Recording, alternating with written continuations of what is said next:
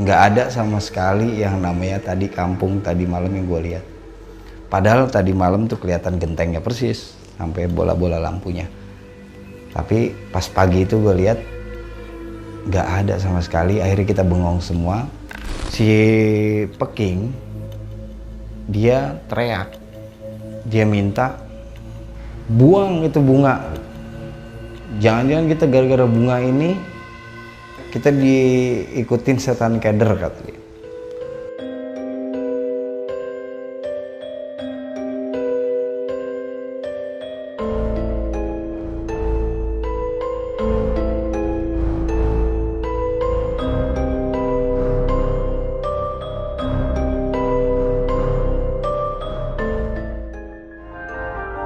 Sebelum video ini dimulai, gak bosan-bosannya kami mengingatkan kalian, jangan lupa untuk tetap di rumah aja. Jika memang benar-benar tidak ada keperluan untuk keluar rumah, maka yuk di rumah aja, sampai dengan keluar petunjuk selanjutnya dari pemerintah. Mari kita perangi wabah virus corona ini bersama-sama, Indonesia bisa.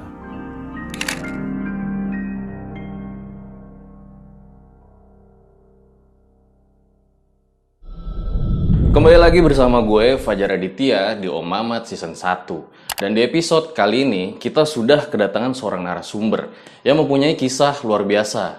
Tersesat 3 hari di Gunung Ciremai. Selamat malam Kang Utis. Malam. Sebuah pengalaman yang mungkin tidak bisa dilupakan seumur hidup. Bisa dikatakan seperti itu. Tepatnya mungkin ya ini salah satu cerita atau hidup gue yang dikasih sama Allah untuk ngebenahin diri gue sendiri mungkin. Apa sih rasanya sampai dengan saat ini ketika lo mengingat pengalaman lo tersebut? Ya, gue bisa ambil hikmahnya di situ rasa kasih sayang sama manusia dan yang terutama kasih sayang dari Allah kepada hambanya. Dia karena dia sangat sayang banget sama hambanya, ya sampai gue masih bisa dikasih kesempatan sampai hari ini. Jadi supaya lo tahu ya, banyak banget kemarin yang request wawancara Kang Utis ini ya. Karena memang ceritanya sangat luar biasa dan tentunya banyak menyimpan hikmah di dalam pengalamannya tersebut. Sebelum gue lanjutkan ke ceritanya, jangan lupa juga saksikan video kita sebelumnya yang ini. So, langsung saja. Berikut adalah ceritanya.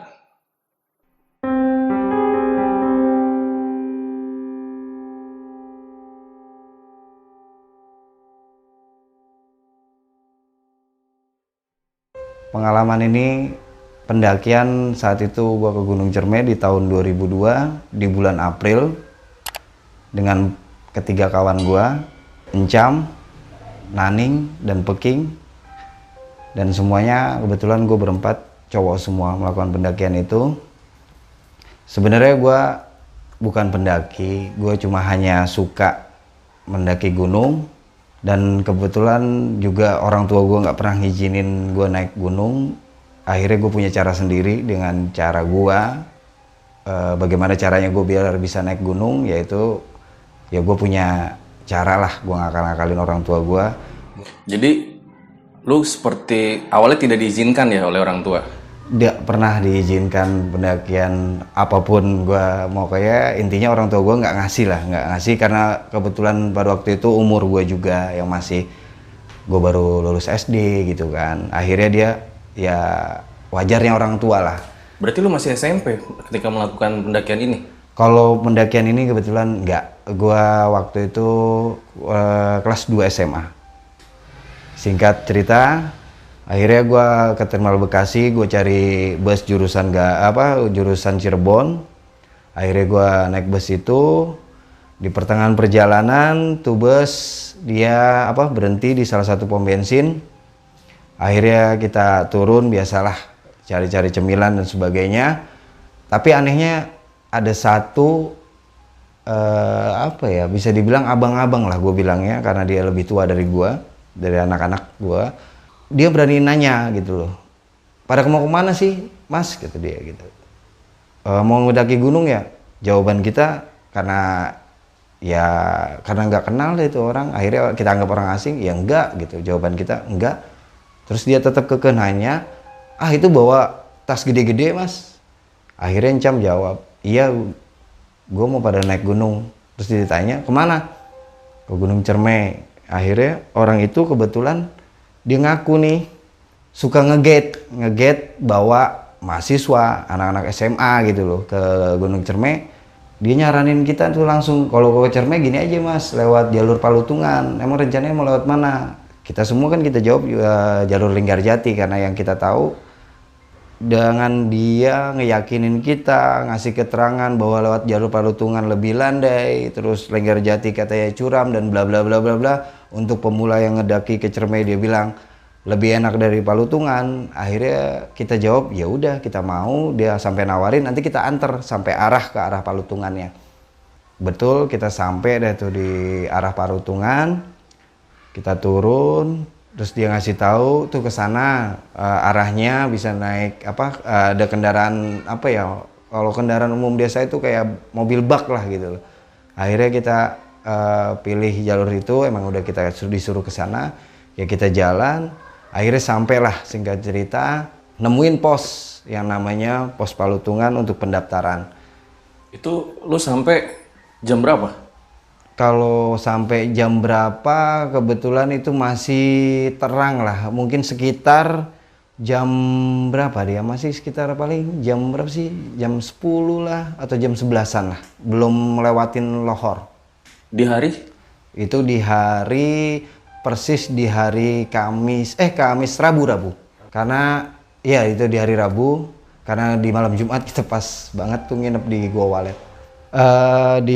Ketemu pos Palutungan itu gue kaget tuh. Dah, kok nih posnya nggak layak? Karena pada rusak-rusak, nggak ada orang sama sekali. Akhirnya bingung gue sama anak-anak. Duduk sebentar di situ, ada orang yang lewat. Akhirnya kita nanya, Pak, kalau mau mendaki gunung, ini daftarnya ke siapa ya? Akhirnya Bapak itu bilang, oh iya tunggu dulu mas, kalau mau mendaki gunung, nanti kita panggilin Pak Sandi, dia yang jaga pos ini. Pak Sandi di mana? Tapi Pak Sandi di ladang, makin bingung kan. Akhirnya kita nungguin nih dari Bapak itu, dia panggilin Pak Sandi. Selama nunggu gua di pos, itu ini gua ngeliat-liat kan di dalam pos itu kan ada mading tuh, foto-foto lah. Tapi gue lihat nih dari luar, dia keren banget nih, pemandangan di atas kayak lo udah nembusin awan pertama. Kayak pemandangan di atas lah, indahnya Cermai. Gue bilang, keren banget nih. Waktu gue ngintip, akhirnya nggak lama kemudian Pak Sandi datang. Dia masuk ke ini, kita diundang masuk ke dalam ruangannya. Akhirnya kita ngedaftar. Nah di situ gue kaget, mading yang gue lihat tadi ternyata gambarnya itu foto-foto evakuasi korban pendakian Cermai.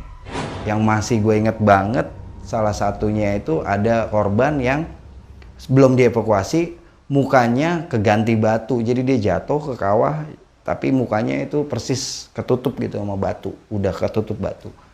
Yang gue lihat tadi di luar sama yang gue di dalam udah beda. Tapi gue nggak ngomong sama anak-anak karena kita nggak boleh ngomong apapun selama masih di situ. Itu yang pegangan kita sama-sama.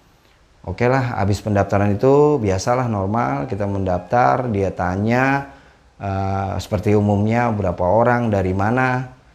Dia nanya dari mana, Bekasi. Oke, terus mau mau turun lewat mana?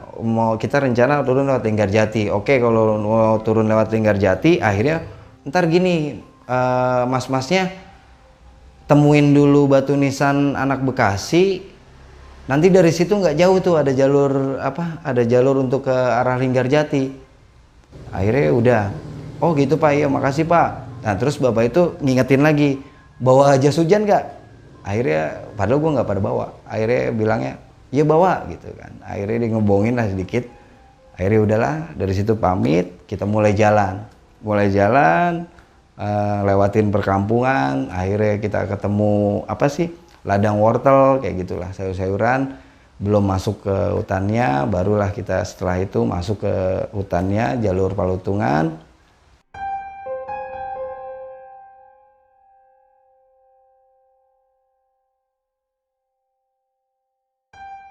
Naning nih anaknya kocak banget. Dia suka bercanda dan dia kebetulan salah satu dari kita yang nggak tahu sama sekali pohon edelweiss, yang dari pohonnya gitu loh. Dia nggak pernah tahu ngelihat langsung yang namanya pohon edelweiss tuh bunganya dia tahu tapi pohonnya dia nggak tahu. Dia pengen banget. Akhirnya kita bercanda, kita kita bohong-bohongin dia setiap ada bunga di sana kita bilang itu edelweiss. Akhirnya ya gitulah, banyol-banyolan. Nah singkat cerita lagi gue ketutup jalan, bingung nih gue sama anak-anak. Ada pohon tumbang gede banget di depan kita. Ya, kita bengong-bengong sebentar gitu loh, cari-cari di mana ya jalannya gitu loh. Akhirnya ada yang turun dari atas. Ada pendaki yang turun dari atas, kalau nggak salah sekitar 3 orang. Dia turun, kita nanya, lah Mas, itu jalurnya ketutup ya? Iya, kata dia. Nah, terus lewatnya mana jalur? Ini lewat sini, nanti ketemu jalur lagi, lewatin pohon tumbang ini. Oh oke, kayak gitu. Terus udahlah kita basa-basi. Oke lah, kita lewat, kita naikin pohon itu, kita ngerambat dari pohon itulah kasarnya. Karena pohon itu yang nutupin jalan. Ketemu lagi memang jalur. Nggak lama ketemu sama rombongan salah satu universitas yang ngecamp di sana atau bikin acara di sana. Akhirnya kebetulan langit juga udah agak gelap. Akhirnya gue sama kawan-kawan mutusin, ya udahlah kita ngecamp di sini, udah punya tetangga juga gitu kan. Oke lah, nah terus kita mendiriin tenda di situ. Itu di mana Mas? Itu di namanya kayak buper kalau nggak salah Cigowong lah kalau sekarang itu dibilangnya jalurnya ya pos Cigowong. Nah akhirnya kita bikin tenda di situ, kita nginep di situ, biasalah malam-malam kita bikin cemilan, makan gitulah buat ini. Akhirnya kita juga kasih buat ke tetangga tenda, kita kasih agar, kita buatin agar. Dan akhirnya kita ngobrol-ngobrol sebentar. Kenapa gue tahu di sana tuh dia itu adalah mahasiswa dari salah satu universitas yang ada di sana. Dia yang ngomong karena kita ngobrol. Sudahlah singkat cerita, datanglah kita waktu pagi. Akhirnya kita kemas-kemas semua peralatan kita beresin peralatan yang lain. Akhirnya kita mulailah muncak. Setelah kita lakukan muncak, treknya makin lumayan.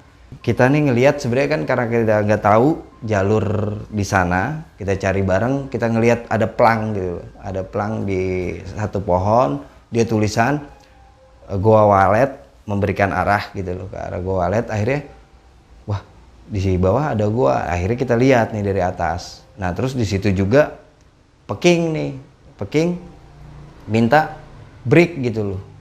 Break, kok kenapa break King? Alasannya dia, ini gua nih, napas gua nih, kata dia. Napas gua udah nggak kuat lah, gua nggak usah muncak, kita nge-camp dulu aja. Padahal di situ gua agak cekcok lama dia. Padahal kalau dilihat puncak tuh dari situ, dari tempat kita berdiri tuh ya paling santainya gue pikir 2 jam kita udah nembus ke puncak gitu loh. Kita udah sampai puncak. Peking ngotot, dia tetap minta kekeh, dia harus ngecamp di situ. Intinya berhentiin lah perjalanan, dia sampai banting nitrogen stok air. Wah, yang kacau. Akhirnya direrai sama anak-anak lah, ditengahin sama anak-anak yang lain. Akhirnya kita turun nih ke goa. Nah gue nggak tahu nih kenapa kok gue baru ngelihat mulut gue aja gue udah ngerasa, ya jujur gue takut lah gitu. Gue ngerasa kok mulut gue, ya gue serem gitu, ngerasa serem. Yang lucunya lagi gue cekcok lagi tuh sama Peking anehnya ngajakin ngecamp di dalam goa, sedangkan gue lihat mulut gue aja udah takut. Itu posisi jam berapa Kang?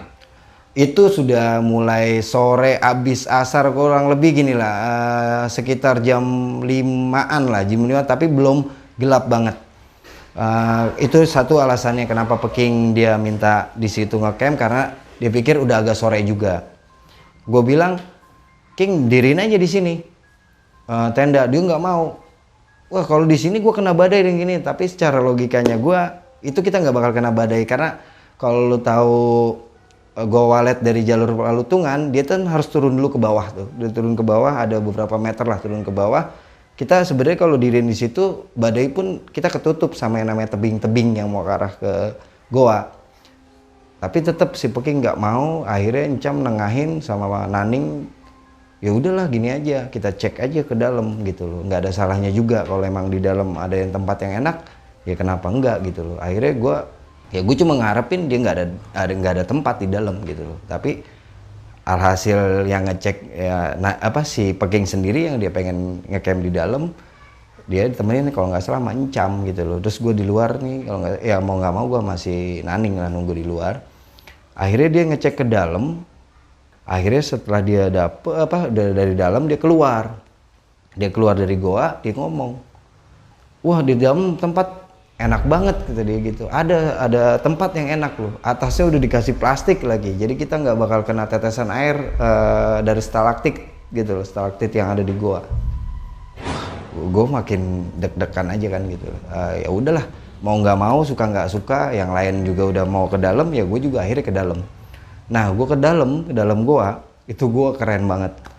Gue belum pernah lihat yang namanya goa, ya gue jujur lihat kayak gitu loh. Karena bukan gue penyusur goa juga gitu. Tapi gue lihat stalaktitnya tuh masih panjang-panjang gitu loh. Pokoknya lah bagus lah. Nah terus gue inget banget ada botol-botol gitu loh. Botol-botol buat nadahin air yang dari stalaktit. Mungkin buat stok air yang kehabisan air buat yang muncak, itu bisa ngebantu pada waktu itu gitu loh. Terus susurin kayak batu-batu gitulah. Akhirnya gue sampai deh tuh ke tempat yang tadi Encam sama Peking bilang, yang ada tempat ada ininya ada atasnya. Akhirnya cukuplah gue berempat rebahan di situ. Akhirnya mau nggak mau dari situ kita rebahan, kita istirahat lah di situ. Terus kita nggak perlu buka tenda karena emang di dalam, terus di atasnya juga ketutup sama plastik, aman lah dari tetesan air. Gue baru nyadarin, atau anak-anak juga baru nyadarin, kenapa itu goa itu disebut goa walet. Ternyata waletnya di situ tuh luar biasa banyak banget. Akhirnya udahlah makin gelap, udah nggak ada matahari pun yang masuk ke yang kita lihat gitu loh. Dari kita tempat istirahat di situ sampai ke mulut goa tuh nggak ada yang, gue nggak ngeliat matahari lah masuk karena kita pakai lampu badai juga. Ternyata kita nggak sadarin ini di depan kita ada lubang gitu, lubang gede banget sih. Makanya kita melipir itu sebenarnya ada daerah yang gelap gitu loh, daerah yang gelap. Ternyata itu lubang. Akhirnya Encam dia ngecek, karena ngeri juga kan kita, dia ngecek, dilempar tuh batu ke bawah tuh. Tujuannya kan ngecek dalamnya gitu. Pas dilempar sama Encam, nyentuh ke dasarnya si lubang itu tuh lama gitu loh. Akhirnya ya udah, wah gila nih lubang dalam banget berarti ya. Habis dari situ udah pada capek kan, kita rebahan, berjajar lah.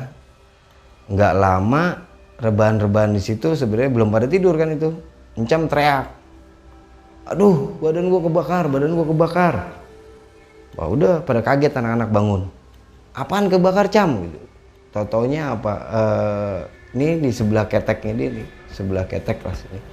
Ternyata sweaternya dia yang rajutan itu untuk ngelibet ini lampu badai, yang lampu badai biar nggak pecah kan, dia kan corong kan ya. Lampu badai nggak pecah, kita libet buat masukin tas tuh. Ternyata lampu badainya itu belum kering, sisa si minyak tanahnya. Akhirnya tumpah tuh ke jaket. Ke jaket dia pakai, ternyata di situ kita baru tahu juga ternyata minyak tanah itu kalau di suhu, gua nggak tahu di suhu berapa tepatnya, intinya di keadaan yang dingin itu dia bisa ngebakar ngebakar kulit gitu loh. Gini loh, pas waktu dia ngasih tahu kita kasih senter sama lampu badai itu, nambahin penerangan, dia angkat tuh si sweaternya diangkat sama dia, itu kulit nempel di sweater itu tuh, kletek, krek. Itu ya gimana gue ya, itu emang anak itu kuat juga lah intinya. Udah gitu, udahlah kasih P3K, akhirnya diganti jaket, jangan pakai yang itu. Akhirnya kita rebahan kan, tidur lagi kan. Nggak lama kemudian si Naning nih di sebelah gue tidur, dia bilang, Tis, kenapa? Gue pengen kencing gitu. Nah, iya gue juga pengen kencing kan gitu kan. Tapi di mana nih? Nah, akhirnya ambil keputusan kita di deket, bukan di lubang itu gitu loh. Jadi Deket lubang itu kita di pinggirnya kita ngencing tuh. Akhirnya lanjutin lagi nih tidur. Alhamdulillah pagi nyampe, dan itu pun kita nebak aja. Pas kita cek, wah ya udah pagi. Pas bangun, lucunya Peking tuh nyanyiin sebuah lagu, tapi lagunya keren. Gue rasa sih keren, nadanya keren dan kayak nggak asing. Yang gue inget banget kata-katanya, aku terdampar di hutan ini. Intinya dia ngangkat keindahan alam, tapi temanya kita terdampar, nyasar lah gitu lah. Intinya gitu. Terus bahkan gue sampai nanya, King, lu nyanyi lagunya siapa? Dia bilang, gue nggak nyanyi. Oke lah, gue nggak ngurusin itu karena emang kita jangan ngebahas yang nggak ini gitu.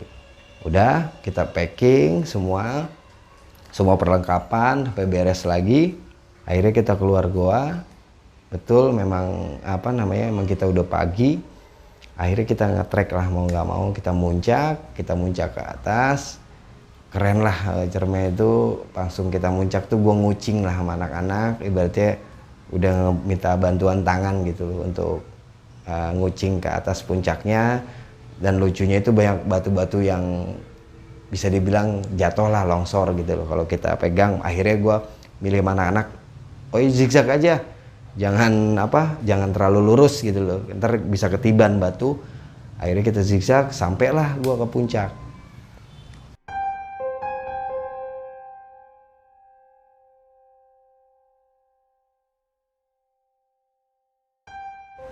Itu sekitar jam 10-an lah kurang lebih. Itu pada saat posisi di puncak banyak pendaki juga? Nggak ada sama sekali, dan bisa dibilang gue ketemu rombongan itu terakhir ya itu tadi mahasiswa tadi. Cuma itulah rombongan, karena gue juga nggak tahu kok di atas nggak ada sama sekali, cuma kita berempat. Akhirnya gue di atas kan nikmatin lah semua, subhanallah dan sebagainya lah. Gue lihat keindahan Gunung Cermai yang luar biasa dari kawahnya, dari ya pokoknya gue lihat udah di atas. Dan nggak lama di situ gue nikmatin sama anak-anak di situ, gue nyemil dan sebagainya. Akhirnya ini ada satu burung datang, burungnya warna coklat, mungkin sebesar burung poksai, tapi dia ada kayak kacamatanya gitu loh. Kayak ada apalah warna di matanya yang gue masih ingat banget. Kayak jinak gitu loh, deketin kita. Kok burung jinak banget, padahal kan burung liar gitu loh. Kita punya makanan mungkin apalah gue nggak ngerti. Akhirnya si Nani ngajak ngobrol tuh, burung-burung kayak gitu kan. Kayak diajak lah bercanda atau gimana, karena memang kita punya perasaan juga yang mungkin sama lah, curiga dengan burung itu. Burung itu terus loncat makin jauh, akhirnya dia terbang. Ini loh, kita ingat bahwa omongan Pak Sandi, ada batu nisan pendaki Bekasi juga yang dibuatin di sana, nisannya lah gitu. Akhirnya kita wah iya ya, kita kan mau turun Linggarjati, patokannya adalah si nisan itu. Setelah lewatin nisan itu nggak jauh katanya, itu ada jalur ke arah Linggarjati. Kita nyisirin si kawah itu, ketemulah tuh kayak batu gitu loh, kayak coran. Akhirnya anak-anak pada bilang, wah ini mungkin nisannya nih. Akhirnya di situ ngedoa tuh, kocak banget itu anak-anak ngedoa, biasalah gitu kita buat ngasih yang almarhum lah gitu loh. Kita anggap itu kawan kita juga. Setelah itu kita jalan lagi. Masih melipir juga kan, habis dari si patok itu tadi, kita anggapnya patok. Pas jalan lagi, baru kita nemuin yang namanya batu nisan yang aslinya. Nah terus akhirnya anak-anak pada ketawa kan. Tadi yang kita doain apaan, katanya gitu loh, cuma patok doang. Nah ini yang aslinya, nisan anak Bekasi, yang gue masih inget banget. Batu nisannya lengkap lah, kayak nisan orang meninggal, nama, tanggal, bulan, tahun gitu. Dan yang gue masih ingat banget, dia tahunnya itu 2001. Dan lucunya di bulannya bulan April juga di batu nisan itu. Akhirnya kita ngedoa di situ. Kita nggak bawa apa-apa, cuma encam ninggalin sebotol air minum ya air minum yang stok kita bawa yang kecil. Dia bilang, gue nggak bisa ngasih apa-apa, tapi mudah-mudahan lu nggak kehausan, ya lu nggak kehausan. Dikasih lah tuh, disimpan botol aqua di situ. Akhirnya kita jalan ketemu nih, ada arah kayak jalur arah turun. Pas kita jalanin nggak lama, berapa meter lah gitu, berapa puluh meter, akhirnya nggak ada jalan lagi. Wah, putus nih jalan, balik, ini bukan jalurnya, balik lagi anak-anak. Kita naik lagi, emang takut nyasar juga kan. Kita balik lagi ke itu puncak lagi, kita jalan lagi. Nggak lama dari situ ada lagi jalur. Dicek nih sama salah satu teman, oke lah dicek. Oh iya nih benar jalur. Ayo udah kita turun lewat sini. Turun. Nggak lama kemudian udah itulah bener-bener Naning senangnya minta ampun. Kita nggak nemuin ladang edelweiss kayak gitu. Jadi bener-bener pohon edelweiss itu gede-gede dan banyak gitu. Gue belum pernah lihat sebanyak itu dan sebesar itu sebenarnya. Tapi nggak jadi masalah, nggak ada pikiran apapun gue tuh. Ya gue pikir, wah udah Naning tuning, ini yang namanya edelweiss nih. Ya itu, ada metikin lah tuh. Akhirnya sampai bahkan Encam narik ujungnya gitu loh, buat biar narik dahan biar dapat pucuknya itu ditarik gitu. Kalau orang Betawi bilang dipendot dah. Sempat ada omongan dah, edelweiss kan bukannya kalau nggak salah banyak orang yang ngomong tuh Desember mekar. Kok ini bulan April udah kemekar gitu loh. Wah, akhirnya kita ambil. Terus kita setelah itu kita sambil susurin jalan, kita nemuin rongga tuh. Jadi kayak bisa dibilang apa ya, kali yang nggak ada airnya lah gitu. Kayak rongga gitu, kita jalan di rongga itu makin dalam terus makin besar gitu loh. Makin dalam makin besar, kita jalan terus, kita naik ke arah kiri, kita nemuin yang namanya ini rumput gajah, tapi banyak banget ya, kayak apa ya, kalau lu lihat ke desa lah ada sawah yang bener-bener banyak gitu loh. Nah udah kayak gitu, akhirnya kita lewat jalur itu. Awalnya rumput gajah itu ya cuma sekaki lah, rumput gajah cuma sekaki. Terus kita jalanin, kok lama-lama rumput gajah tinggi gitu loh, makin tinggi dari badan kita gitu loh. Si Naning naik ke ke salah satu pohon yang ada di antara rumput gajah itu. Jadi pohonnya itu jarang-jarang lah. Misalnya kalau misalnya ini ada pohon kecil lah, pohon di daerah puncak gitu loh, nggak ada yang besar-besar amat sih gitu loh, paling semana lah. Nah itu ntar ketemu lagi ada pohon jauh banget gitu loh. Nah terus si Naning tuh teriak-teriak, mundur katanya. Nah terus alasannya si Naning kenapa dia minta mundur, karena si rumput gajah itu makin dalam gitu loh. Dia kan paling pendek di antara kita lah. Jadi kayak rumput gajah itu hampir nutupin badan kita gitu loh. Nah, terus alasannya dia mundur-mundur itu, tapi dia ungkapin ini tuh sebenarnya setelah kita turun, dia itu sebelum naik kenapa dia naik ke salah satu pohon itu atau ke dahan itu, dia ini nginjek kakinya itu kayak nginjek benda tapi licin gitu loh. Itu alasannya dia. Akhirnya mau nggak mau kita turun, kita masuk lagi ke rongga itu. Seperti ular maksudnya? Ya kurang lebih itulah. Gitu. Kita terus lanjutin jalan, akhirnya kita nemuin namanya hutan belantara lah gitu loh. Kondisi hutan lah yang pohon besar-besar, ya biasa umumnya lah trek hutan lah gitu. Yang kerennya di situ, pohonnya gede-gede banget gitu loh. Gimana ya, itu pohon kalau lu pegangan gitu bertiga atau berempat, ada yang nggak bisa kepeluk, pokoknya gede banget lah itu pohon. Terus kita jalan, langit makin gelap tuh, makin gelap kan. Kita tapi herannya di situ belum ngerasa bahwa apa ya, kita nyasar. Tapi gue udah sempet takut waktu nemuin jalur yang rumput gajah. Sempet gue bilang sama Encam sama yang lain, kenapa kita nggak balik lagi gitu loh. Tapi mereka mikir puncak udah jauh, kalau balik lagi kita bisa kemalaman dan bla bla bla. Bahkan kalau kita lewat jalur yang kita terusin ini, kemungkinan kita bisa lebih cepat balik sebenarnya gitu loh, cepat turun sampai jalur ke Linggarjati.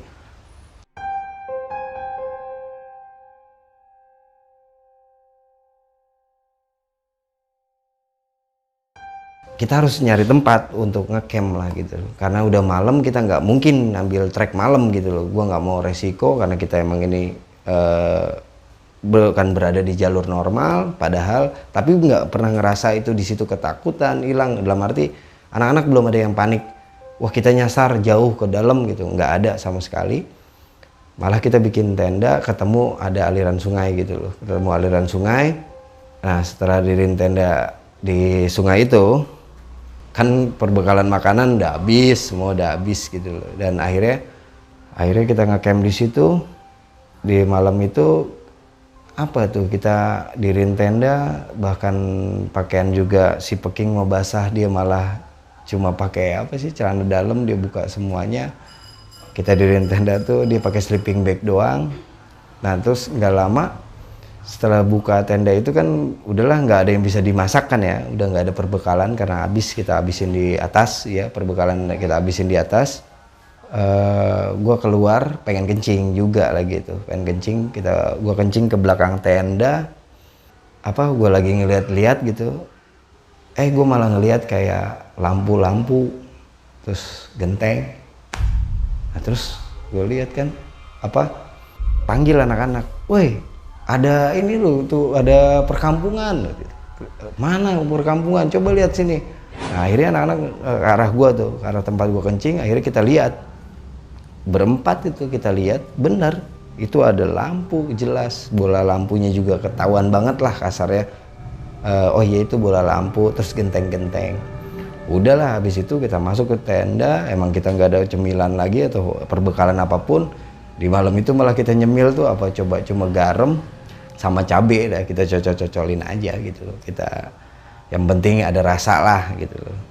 Di dalam tenda kita ngobrol lah tuh, Nani sampai bilang gini, udah kalau kampungnya di situ kita bener-bener motong jalan nih cepet banget, paling jam 9 pagi kalau kita misalnya tutup tenda jam 5, kita trek jam 6, ya jam 9 udah sampai tuh ke kampung itu gitu loh. Kita bisa makan dari sana gini ini gitu loh. Udah itu rencana di dalam tenda dah karena seneng ngelihat perkampungan itu. Nah udah akhirnya kita tidur lah semua. Tidur, kita sampailah pagi, kita bangun semua kira jam 5-an lah, kurang lebih setengah 6 lah gitu. Berarti akhirnya, ini di hari Sabtu pagi ya? Sabtu pagi, karena Jumat itu kita mulai turun. Jumat kita mulai turun, berarti ya udah kita nginep semalam, berarti otomatis hari Sabtu. Gue bengong nih sama anak-anak. Setelah gue lihat ke arah perkampungan yang tadi malam kita lihat, itu isinya cuma pucuk-pucuk pohon gede. Ya intinya hutan rimba lah gitu. Kalau gue bilang nggak ada sama sekali yang namanya tadi kampung tadi malam yang gue lihat. Padahal tadi malam tuh kelihatan gentengnya persis, sampai bola-bola lampunya. Tapi pas pagi itu gue lihat nggak ada sama sekali. Akhirnya kita bengong semua. Dari situlah ada rasa, ya mungkin gue terutama, gue nggak tahu yang lain, apa yang lain juga sama.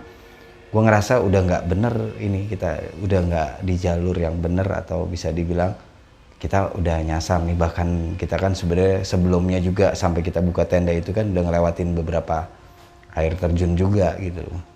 Sebenarnya udah jauh, kondisi seperti itu, terus bekal makanan juga udah nggak ada. Mau nggak mau ya kita lanjutin lagi perjalanan. Kita naik ke arah tebing, kita lewatin tebing-tebing itu. Nggak lama kemudian si Peking dia teriak, dia minta buang itu bunga. Jangan-jangan kita gara-gara bunga ini kita diikutin setan keder, kata dia. Pengakuan Encam sebenarnya pada waktu itu tuh Peking sebelum dia minta buang Edelweiss, Peking tuh kayak nunjuk ke arah nggak ada kita, padahal ke arah kosong. Kalau menurut kita dia kayak ada yang ngikutin gitu loh, seakan-akan dia nunjuk marah-marah, lu jangan ikutin gua lo gitu. Akhirnya dia minta tetap buang Edelweiss.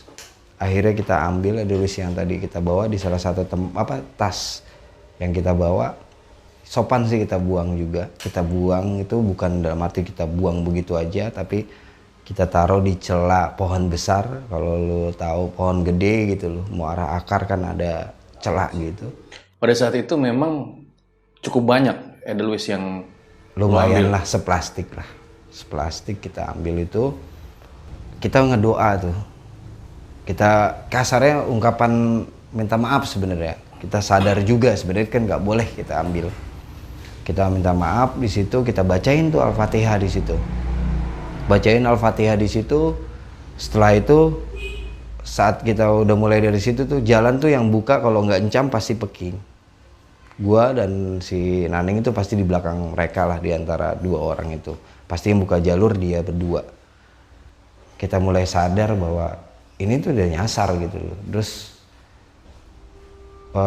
bahkan Encam pas waktu jalan dia jatuh di di jalan nih, nggak sadar ternyata dia kepleset, jatuh lumayan berapa meter ke bawah, kedebuk gitu loh. Wah, pokoknya kita nggak tahu sama sekali di dalam hutan itu ada apa kasarnya, karena kita nggak tahu. Akhirnya Encam ini untungnya selamatnya dari apa, dia coba ada kayak batang pohon gitu loh yang patah persis di arah ini rusuknya dia, tapi untungnya dia nggak kena. Pas kita panggil-panggil Encam jatuh nggak bisa jawab. Biasalah orang jatuh yang kayak napasnya kayak gitu-gitu. Pas kita samperin nih si Encam, "Cam, lu nggak kenapa-napa?" Dia bilang tetap nggak apa-apa gitu dia. Padahal dia ngomongnya nggak bisa, kita kasih air minum. Nah kita makin takut dengan kondisi hutan itu yang bisa dibilang nggak jelas lah gitu kasarnya. Ada apa di depannya kita nggak tahu karena nggak di jalur yang normal. Akhirnya kita tetap nyari jalur gimana yang arah menurun. Nah, gue nemuin tuh lagi sama Encam yang pada waktu itu dia mimpin jalan. Encam mimpin jalan. Makin lama kita makin jalan nggak bisa tegap. Kita kayak nongkrong gitu loh. Kita nongkrong, tapi nongkrong sambil jalan gitu loh. Nongkrong sambil jalan, terus jalan, ternyata ngedadak Encam bilang, break. Nah, terus akhirnya kita berhenti semua, dan itu posisi persis gue di belakang Encam kalau nggak salah. Gue, Encam, Naning atau Peking dan sebagainya lah. Dia. Itu di sekitar jam berapa kira-kira, Kang? Itu masih siang. Gue masih siang karena matahari emang nggak terlalu masuk. Ya, jadi intinya kondisi hutan di situ tuh lu tahu kan kayak hutan yang lembab. Akhirnya yang Encam minta break itu kenapa? Ternyata Encam ngegantung udah. Jadi kalau lu tahu ini tebing, dikira tanah tapi sebenarnya akar yang ketutup daun-daunan. Tapi kita nyangkanya ini nggak nyangka itu akar, kayak tanah lah. Ketutup. Akhirnya kenapa Encam bilang break? Dia udah bisa dibilang di sini. Dan itu dia ngerasa ambles gitu loh, turun. Ngerasa ambles. Ternyata Encam ngeliat tuh kan rimbun tuh daun-daun, dia giniin tuh, lihat ke depan sana tuh udah jurang. Jadi blas itu jurang, di bawah kasarnya kita udah ngegantung bawah jurang.